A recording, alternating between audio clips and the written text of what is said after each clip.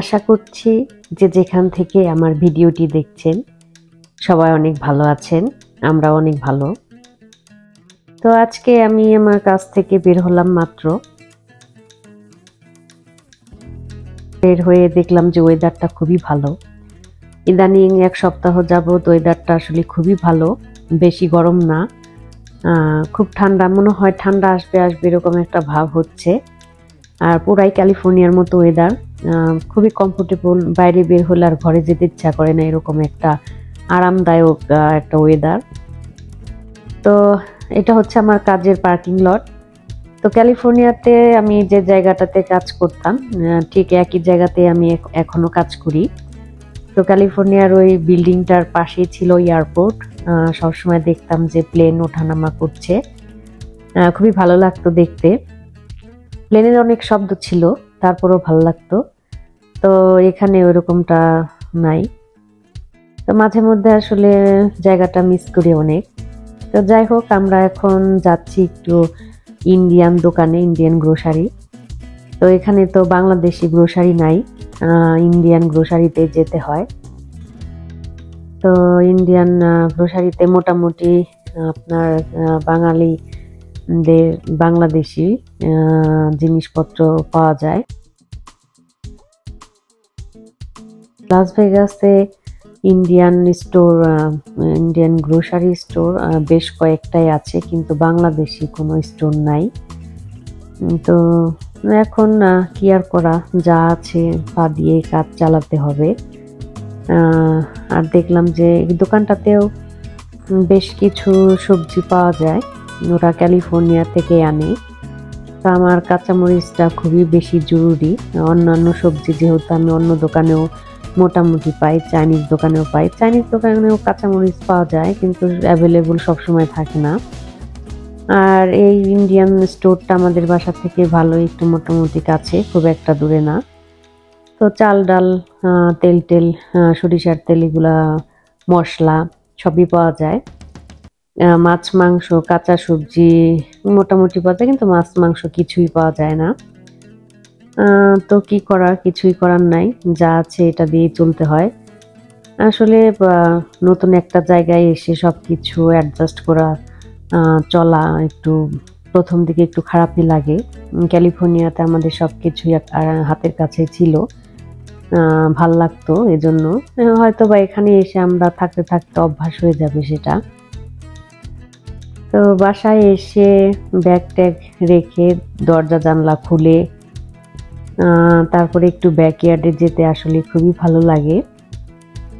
প্রথমে তো আসলে ব্যাকইয়ার্ডে কি বলবো, মনে করতাম যে যাব না, একটা বাড়ি হলেই হলো, ব্যাকইয়ার্ড তেমন দরকার নেই। তো এখন আসলে ব্যাকইয়ার্ডে যেতে ভালোই লাগে। ব্যাকইয়ার্ডে আমাদের দরজাটা খুললে ওখানে একটা নেটের দরজা আছে, নেটের দরজাটা লাগিয়ে দিলে আর মশা মাছি কিছু পোকামাকড় ঢুকবে না।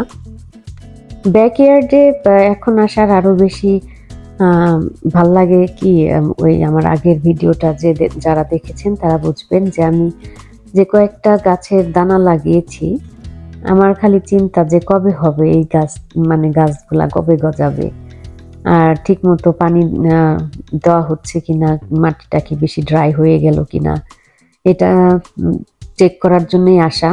তো বেশি করে পানি না দিয়ে রাখলে তো আবার গজাবে না সুন্দর মতো, কারণ এখানে তো প্রচুর ড্রাই, অনেক শুষ্ক, মানে সবকিছু তাড়াতাড়ি শুকিয়ে যায়। আর আমার একটা মরিচ গাছ যে এনেছিলাম কিনে, তো ওইটা দেখেছেন হয়তোবা যারা ভিডিও দেখেছেন, এই গাছটাকে আমার হাজবেন্ড আবার টবের থেকে মাটিতে লাগিয়ে দিয়েছে। তো এখন ভালোই, ও খুবই হেলদি আছে, গাছটা টলে যায় নাই বা মরেও যায় নাই, এখনো খুব সুস্থ একটা পরিবেশে এখনো বড় হতে পারবে। সারা বছর যদি মরিচ ধরে তাহলে তো আমার আর কাঁচা মরিচের চিন্তাই লাগবে না। আর এই গোলাপ গাছটা তো বেশ কলি এসেছে, দেখি কি টাইপের গোলাপ ধরে, বড় না ছোট। তো এই যে কয়েকটা, যে মানে 3-4টা ফুল গাছ আমার ব্যাকইয়ার্ডে, কালারফুল অনেক, হলুদ, এটা বেগুনি, লাল, গোলাপ। তো দেখতে খুবই ভালো লাগে, মনটা আসলে ভালো ভালো হয়ে যায়। আসলে ফুল দেখলে আমার মনে হয় অনেকেরই মন ভালো হয়ে যায়। তো ব্যাকইয়ার্ডের দিকে তাকালে আসলে মনটা ভালো লাগে। ইন্ডিয়ান দোকান থেকে নিয়ে আসলাম কয়েকটা সবজি, কি বলে করল্লা, ঝিঙা, তারপরে কাঁচামরিচ। তো দেখি এখন এগুলা খাইতে কেমন লাগে। একটু শুটা হয়ে গিয়েছে, মানে একটু শুকনা শুকনা হয়ে গিয়েছে। তো কিছুই করার নাই, মরিচগুলা একটু মুখের সাইডটাতে পচে গিয়েছে। তো করল্লাটা রান্না করার পরে ভালোই লাগবে।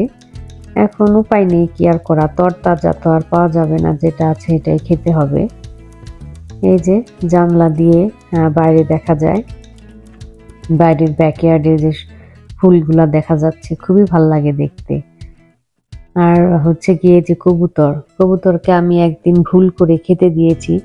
তো আসে কবুতর আমার ব্যাকইয়ার্ডে, দেখতে ভালো লাগে, খেতেও দিতে ইচ্ছা করে, কিন্তু খেতে দিলে হয় কি, ওরা প্রত্যেক দিন একই টাইমে আসবে, আমি একই টাইমে খেতে দিব এটা ভেবে ওরা কিভাবে যে টাইম বুঝে আমি বুঝি না। আমি একদিন দুপুর 1টায় খেতে দিয়েছিলাম, তারপর থেকে 1টা বাজলেই ও আমার জানলার ওখানে আসে, খেতে না দিলে অস্থির। আর খেয়ে করে কি, পুরা আমার ব্যাকইয়ার্ডে হাগু করে নষ্ট করে ফেলে। তো আমার হাজবেন্ড বলেছে এবং আমি বলেছি আর খেতে দিব না। খেয়ে করে কি ওই দিক দিয়ে সারাদিন ঘোরাঘুরি করে আর হাগু করে। তো এটা খুবই খারাপ লাগে। আর এখানে কবুতরগুলা করে কি, যাদের বাসায় সোলার লাগিয়েছে, বিদ্যুৎ তৈরির যে সোলার প্যানেল, সেইগুলার উপরে গিয়ে চিপায় গিয়ে বাসা করে আর হাগু করে। খেতে দিতে তো ভালোই লাগে, কিন্তু ওরা করে কি জায়গাগুলো অনেক নষ্ট করে ফেলে। আর আমার ব্যাকইয়ার্ডে যে সোফাটা রেখেছি, কয়েকদিন পর ওইটার উপরে উঠে হাগু করে দিবে। তো আমি এর জন্য বলেছি যে না, দরকার নাই। আর কিন্তু অনেক জ্বালাতন করে, একটু পরে পরে এসেই আমার জানলা দিয়ে নক করে যে আমাকে খেতে দাও। তো খুবই অবাক করা একটা বিষয়।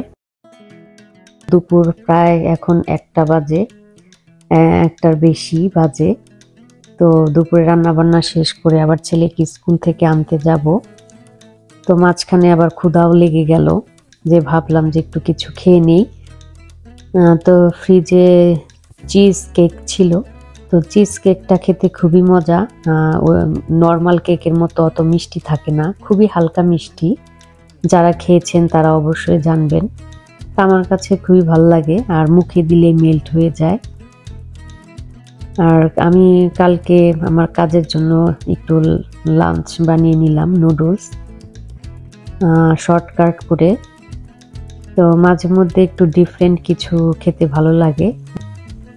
তো কেউ যদি আমাকে বলে যে বিদেশি খাবারের মধ্যে তোমার কি পছন্দ, তো আমি বলবো যে পাস্তা, নুডলস এগুলাই। তো বিদেশি খাবারের মধ্যে আমার এই খাবারটা খুবই ভালো লাগে। আর নুডলস তো আমরা সবাই মোটামুটি রান্না করতে পারি বিভিন্ন স্টাইলে। তো এখানেও আমি একটা দোকান ছিল ক্যালিফোর্নিয়াতে, আমি যেতাম, এখানেও আছে। তো মাঝে মধ্যে ওখানে গিয়ে বিভিন্ন ধরনের পাস্তা আমি খেতাম, খুবই ভালো লাগতো। ওদের রান্নার স্টাইলটা একটু ডিফারেন্ট। তো আমরা তো সবসময় একটু ঝাল টাল দিয়ে রান্না করতে পছন্দ করি, তো খেতেও ডিফারেন্ট লাগে। আসলে এক একজন এক এক রকম করে রান্না করে। আর আমি একটু ব্রোকলিটা আমি পানি দিয়ে চুলায় দিয়ে সিদ্ধ করি নাই। এটা আপনারা সহজভাবে ইজিলি এবং 2 থেকে 3 মিনিটের মধ্যে সিদ্ধ করে ফেলতে পারেন। কেটে শুধু পলিথিনে ঢুকিয়ে তারপরে ওভেনে দিয়ে দিবেন, একদম সুন্দর একটা সিদ্ধ হয়ে যাবে। আপনি এভাবে ভর্তাও করতে পারেন ব্রোকলি, পানি দিয়ে সিদ্ধ করলে এর পুষ্টিগুণটাই আসলে চলে যায়। আর আমি নুডলস একটু অ্যাড করে দিলাম একটু চিজ ক্রিম। তো এটা খেতে ভালো লাগে, ক্রিমি একটা ভাব আসে। তো এই আর কি, সবাই ভালো থাকবেন। আমার ভিডিওটা কেমন লাগলো অবশ্যই জানাবেন, ভালো লাগলে একটা লাইক করবেন। এই যে কবুতর এসে পড়েছে জানলার পাশে, আজকে খেতে দেই নাই, জানালায় এসে আমাকে নক করছে।